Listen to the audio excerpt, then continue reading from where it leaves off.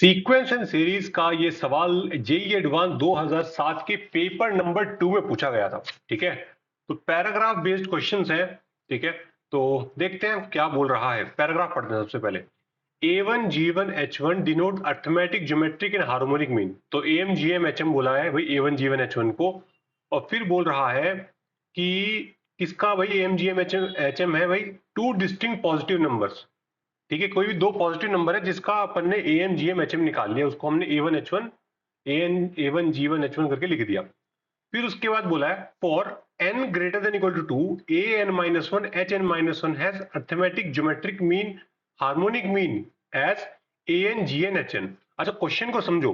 क्या बोला है सेकंड लाइन में कि भाई AN-1 और HN-1 का हमने AP AM GM और HM निकाला। मतलब भाई अब हम AM किसका निकाल रहे हैं, इसका और इसका, मतलब इन दोनों को दो नंबर की तरह कंसिडर किया जाएगा जिसका हम AM GM और HM निकालने वाले हैं। ठीक है, और A1 G1 H1 क्या था, किसी दूसरे दो नंबर का अपन ने क्या निकाला था, AM GM HM। ठीक है, आ जाओ फर्स्ट क्वेश्चन देखते हैं हम। तो आई होप आपको क्वेश्चन क्लियर हुआ होगा। ठीक है, तो फर्स्ट क्वेश्चन देखो क्या बोल रहा है कि भाई इनमें से कौन सा सही है, मतलब GM के बारे में पूछ रहा है भाई, G1 greater than G2 greater than क्या है। ठीक है, तो इन्होंने क्या किया भाई, A1 G1 H1, इसको देखो ये क्या है, ये ज्योमेट्रिक मीन है, अर्थमेटिक मीन है, हार्मोनिक मीन है, किसका, दो नंबर्स का। तो मैं दो कोई पॉजिटिव नंबर पकड़ लेता हूं, A, B। तो A1 क्या रहेगा आपका भाई, A+B/2, है ना। G1 क्या रहेगा, AB √AB, है ना। और H1 क्या रहेगा, ट्वाइस ऑफ AB/A+B। ठीक है, कोई भी दो नंबर ले लो A और B, और उसका मैंने अर्थमेटिक ज्योमेट्रिक और हार्मोनिक मीन निकाल लिया। ठीक है, ऐसा इन्होंने क्वेश्चन वालों ने बोला है। फिर इन्होंने क्या बोला कि भाई AN-1 HN-1 इनका AM GM और HM निकाला, और वो क्या निकल के आएगा, AN निकल के आएगा। ठीक है, अगली लाइन में क्या बोला इन्होंने कि भाई AN इक्वल टू कितना है, AN इक्वल टू है आपका AN-1 प्लस HN-1/2। GN कितना है आपका, GN है आपका रूट ऑफ AN-1 HN-1, और HN कितना है आपका, twice of AN-1 HN-1 upon AN-1 plus HN-1। सही बात है, कुछ इस प्रकार से है। ओके, अब देखो G1 G2 G3 निकालते हैं, कंपेयर करेंगे उसके बाद। तो पहले G1 देखो, G1 तो आपका क्या है, √AB है, करेक्ट। तो G2 कितना आएगा, G2 इसके अंदर n की वैल्यू 2 डालो, तो ये आ जाएगा A1 इंटू H1। और A1 कितना है आपके पास, A1 ये भाई A1 ये रहा, A+B/2। और H1 कितना है, H1 ये है, twice of AB upon A+B, correct. तो A+B क्या, तो ये कितना आ गया, 2 भी गया, तो √AB आ गया। तो क्या आपको नहीं लगता कि G1 और G2 बराबर आ गए हैं, है ना। सिमिलरली G3 निकालो, वो भी √AB आ जाएगा। तो यहां से मैं क्या कंक्लूड कर सकता हूं कि G1 equal to G2 equal to G3 equal to सारे के सारे क्या हो गए, बराबर हो गए। इसका मतलब ऑप्शन कौन सा सही बैठेगा यहां से, ऑप्शन आपका सी सही हो जाएगा। ये बात आपको अच्छे से क्लियर हुई कि भाई G1 इक्वल टू GN सारे हो जाएंगे बराबर। अच्छा, अगला क्वेश्चन देखो, इसी पैराग्राफ का सेकंड क्वेश्चन क्या है, which of the following statement is correct. ठीक है, इस क्वेश्चन को करने के लिए ज्यादा कंप्यूटेशन नहीं करनी पड़ेगी, बेसिक एकदम दिमाग लगाना है हल्का सा, कि भाई AM के बारे में पूछ रहा है। तो A1, ठीक है, आपके पास कितना आया था, A+B/2। ठीक है, और AN कितना है आपका, AN अपने डिफाइन किया है AN-1 प्लस HN-1/2। ठीक है, और एक और बात, क्या आप ये बात जानते हैं कि भाई आपका जो अर्थमेटिक मीन होता है वो ज्योमेट्रिक मीन से बड़ा होता है और हार्मोनिक मीन से भी बड़ा होता है ना। अच्छा, सही है, बहुत बढ़िया।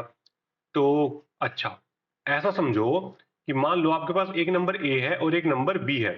ठीक है, और अगर इन दोनों का मैं अर्थमेटिक मीन निकालूंगा, मान लो A1 आ गया, ठीक है, तो H1 कहीं यहां होगा, सही बात है। अगर मैं इनका H1 निकालूंगा कहीं यहां रहेगा। अब मेरे को अर्थमेटिक मीन निकालना है, A2 निकालना है। अगर मुझे A2 निकालना है भैया, तो A2 क्या है, A2 क्या है, A2 कितना रहेगा, A1 प्लस H1/2, करेक्ट। तो मतलब इसका और इसका अर्थमेटिक मीन निकाला इन दोनों नंबर का, तो जो कि डेफिनेटली इसके अंदर लाई करने वाला है ना, बाहर तो जाएगा नहीं, अंदर ही तो लाई करेगा। तो मतलब A2 यहां कहीं लाई करेगा। समझ में आई बात को। और अगर मैं H2 की बात करूं, H2 क्या होगा आपका, H2 कितना आएगा, twice of A1 A2 sorry A1 H1 upon A1 plus H1, ठीक है। और क्योंकि क्योंकि भाई हार्मोनिक मीन जो होता है वो अर्थमेटिक मीन से छोटा होता है, तो A2 greater than G2 greater than H2 लिख दूं, तो इसका मतलब जो हार्मोनिक मीन निकल के आएगा वो लाई इन दोनों के बीच में ही करेगा, पर A2 से छोटा होगा, मतलब H2 यहां आ जाएगा आपका। समझ में आई क्या मेरी बात। और अब अगर मैं A3 निकालूंगा वो कितना आएगा, A2 प्लस H2/2, मतलब इस नंबर का और इस नंबर का अर्थमेटिक मीन, जो कि डेफिनेटली यहां कहीं लाई करेगा, है ना, क्योंकि इसके बाहर तो जाएगा नहीं, इन दोनों के बीच में तो कहीं लाई करेगा।